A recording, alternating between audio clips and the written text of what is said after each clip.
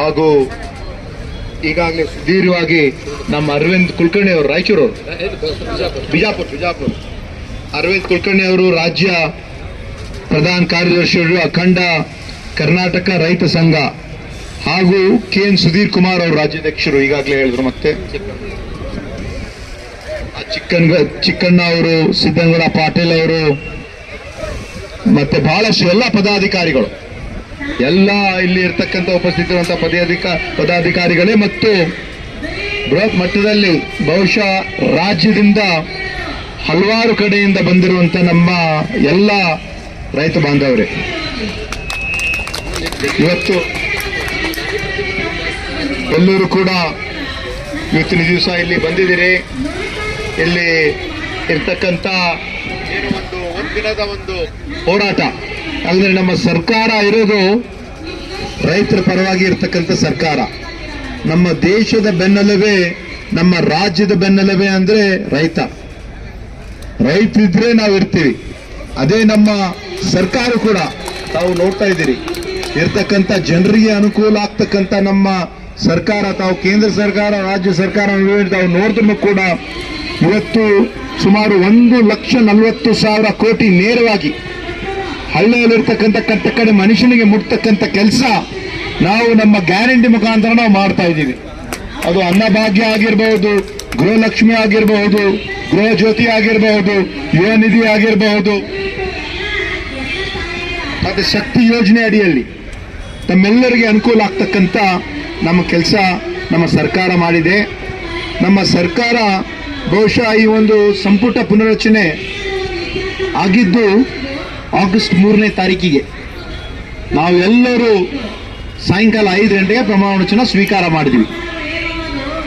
6 ಗಂಟೆಗೆ ನಡೆದಿರುವಂತಹ ಪ್ರಥಮ ಒಂದು ಸಂಪುಟ ಸಭೆಯಲ್ಲಿ ಮಾನ್ಯ ಮುಖ್ಯಮಂತ್ರಿ ಅವರು, ಜನಪ್ರಿಯ ಮುಖ್ಯಮಂತ್ರಿ ಆಗಿರುವಂತಹ ಸನ್ಮಾನ್ಯ DK ಶಿವಕುಮಾರ್ ಅವರು ಎಲ್ಲವನ್ನು ಬದಿಗಿಟ್ಟು ನಮ್ಮೆಲ್ಲರೂ ಒಂದೇ ಒಂದು ನಿರ್ದೇಶನ ಮಾಡಿದ್ರು.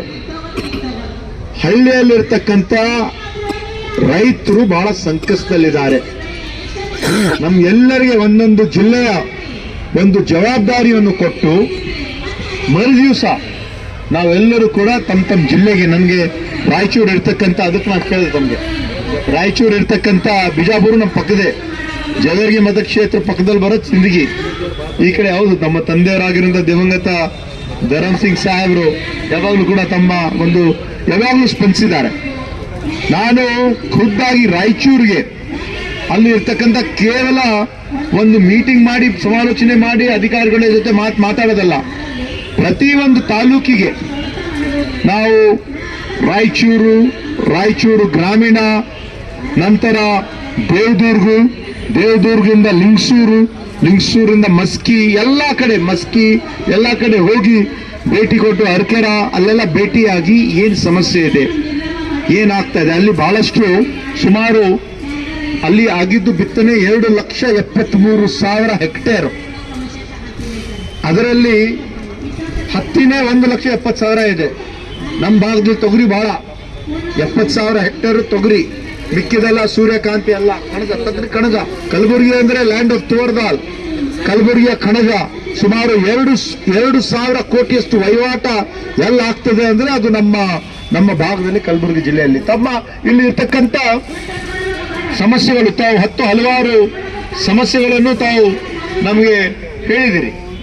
ಈಗ ಇರ್ತಕ್ಕಂಥ ಏನು ಬರಗಾಲ ಘೋಷಣೆ ಮಾಡ್ಬೇಕಂತ ಏನು ಹೇಳಿದಿರಿ, ಮಾನ್ಯ ಮುಖ್ಯಮಂತ್ರಿ ಅವರು ಸುದೀರ್ಘವಾಗಿ ಸಮಾಲೋಚನೆಯನ್ನು ಮಾಡಿ ಯಾರಿಗೂ ಅನ್ಯಾಯ ಆಗಬಾರ್ದು, ಯಾವ ಒಂದು ರೀತಿಯಿಂದ ಮಾಡಬೇಕಂತ ಮಿಡ್ ಟರ್ಮ್ ಅಡ್ವರ್ಸಿಟಿನೂ ಏನಿದೆ ಅದನ್ನು ಕೂಡ ಘೋಷಣೆ ಮಾಡಬೇಕು ಅಂತ ಮಾಡ್ತಾ ಇದ್ದೀವಿ. ಸರ್ಕಾರ ತಮ್ಮ ಪರವಾಗಿದೆ, ಬಹುಶಃ ಯಾವಾಗ್ಲೂ ಕೂಡ ಅದಾಗಬಹುದು, ಅದೇನು ಬಹಳ ದೂರ ಇಲ್ಲ. ತಾವೆಲ್ಲ ಮಾಡ್ತಕ್ಕಂಥ ವಿಷಯಗಳನ್ನು ನಾನು ಮಾನ್ಯ ಮುಖ್ಯಮಂತ್ರಿ ಅವರು ಸನ್ಮಾನ್ಯ DK ಶಿವಕುಮಾರ್ ಅವ್ರಿಗೂ ಕೂಡ ಗಮನದಲ್ಲಿ ನಾನು ತಗೊಂಡು ಬರ್ತೇನೆ.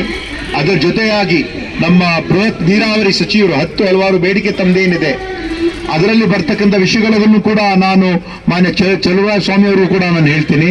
ನಾನು ಸಣ್ಣ ನೀರಾವರಿ ಸಚಿವನಾಗಿ ನನ್ನ ಅಧೀನದಲ್ಲಿ ಬರ್ತಕ್ಕಂಥ ಏನೇನಿದೆ ನಮ್ಮ ಡಿಪಾರ್ಟ್ಮೆಂಟ್ ಅಲ್ಲಿ, ನಮ್ಮ ಇಲಾಖೆಯಲ್ಲಿ ಇರ್ತಕ್ಕಂಥ ಸೆಕ್ರೆಟರಿ ಅವರಿಗೆ ಮತ್ತೆ ಎಲ್ಲ ಅಧಿಕಾರಿಗಳಿಗೆ ಅವ್ರ ಜೊತೆ ಸಮಾಲೋಚನೆ ಮಾಡ್ತೀನಿ.